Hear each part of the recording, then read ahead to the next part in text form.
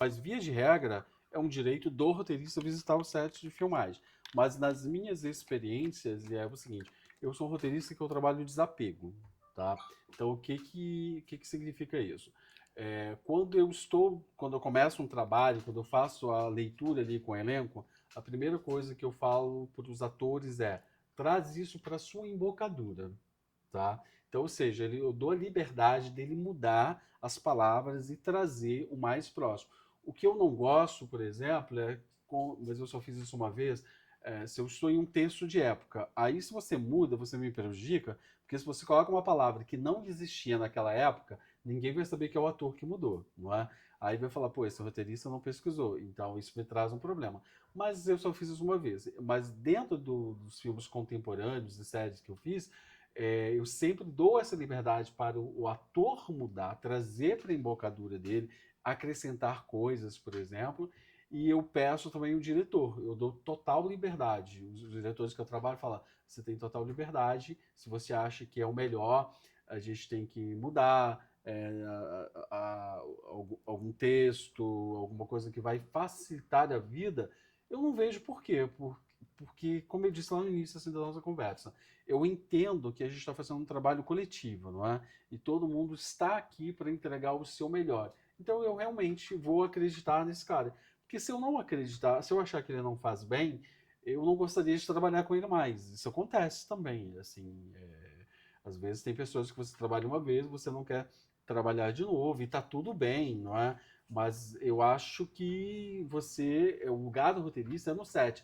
Aqui no Brasil, Edu, tem uma questão o seguinte: os roteiristas realmente não têm o hábito de acompanhar o set de filmagem, que é completamente diferente dos Estados Unidos. Faz parte da obrigação do roteirista, especialmente aqueles produtos que nascem nas chamadas salas de roteiro. Geralmente uma pessoa da equipe vai para o set de filmagem para acompanhar as filmagens e ficar ali disponível. Que é justamente isso, precisa mudar uma ordem de cena, precisa trocar, então essa pessoa está ali disponível para que isso seja resolvido. Mas aqui realmente a gente não tem esta cultura, tá? E aí vai depender muito dessa política de troca com o diretor, se ele está disponível a receber roteiristas do set ou não, mas via de regra não é um problema. Eu acho que talvez seja uma questão mais de cultura nossa, não fomos criados dentro dessa perspectiva. E, de novo, a gente está falando de um trabalho em conjunto, né? Então, eu entendo que o roteirista ele tem que ir para o set, isso é uma observação importante, tá?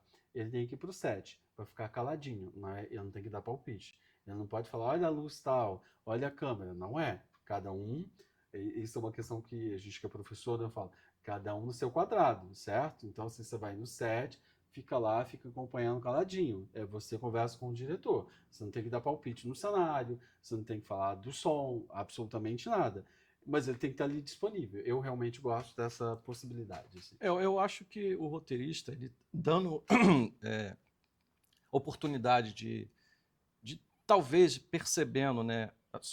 Eu vou dizer assim, porque o primeiro trabalho é do roteirista, o segundo é do diretor, junto com os atores, na leitura de mesa, que a gente começa a perceber como o roteiro vai fluir.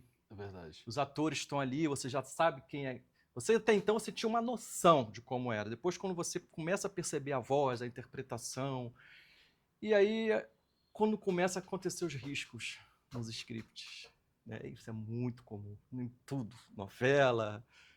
Eu já vi casos e casos. Você está falando da Roque Santeiro, o Paulo Biratã uma vez interrompeu um ator e, pô, falando num fone altíssimo na cidade cenográfica, deu um esporro nele, dando uma aula de língua portuguesa, sabe? Engraçado, ele falou assim, engraçado é o seu personagem, não é você. Ele deu uma bronca no ator, porque o cara quis inventar um caco que não era, sabe? É coisa, sabe, sendo Sim, sim. corrida, então não dava para interromper. O Paulo Biratã era Pô, e muito... Dias Gomes, né, irmão? E o cara, ele era, sabe, ele era tipo... Gênio. Adoro ele. Então, que eu acho bacana, porque, assim, quando você chega ao ponto de você entender, né, a ideia do autor, e você não tem o autor ali, né? Porque você, às vezes, em novela tem muitos colaboradores, tal, Sim. tem um trabalho de equipe, não somente do titular, né, da novela, mas você tem um monte de gente que está ali contribuindo.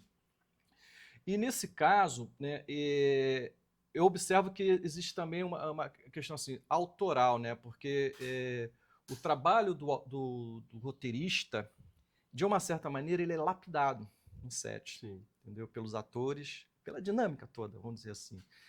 Eu acho que isso, de uma certa maneira, ele dá um pouco da identidade do filme, ou da novela, ou do produto, vamos dizer Sim, assim. Você concorda que todos os roteiristas, eles deviam, hoje, né, que a gente tem, depois a gente vai entrar nesse assunto, que é sobre a questão da inteligência artificial, você concorda que todos os roteiristas, eles têm, de uma certa maneira, um pouco mais de conhecimento sobre a obra, mais do que, às vezes, do que o próprio diretor? Porque o que acontece? O roteirista ele escreve do início ao fim. Então ele tem uma visão, como você falou, que não é para se meter no trabalho da iluminação, no trabalho do diretor, mas às vezes o roteirista ele já desenha a obra na cabeça dele. Então, se você, como roteirista, você dirigir o seu produto, vai ser a tua cara, o sim, filme do início sim. ao fim.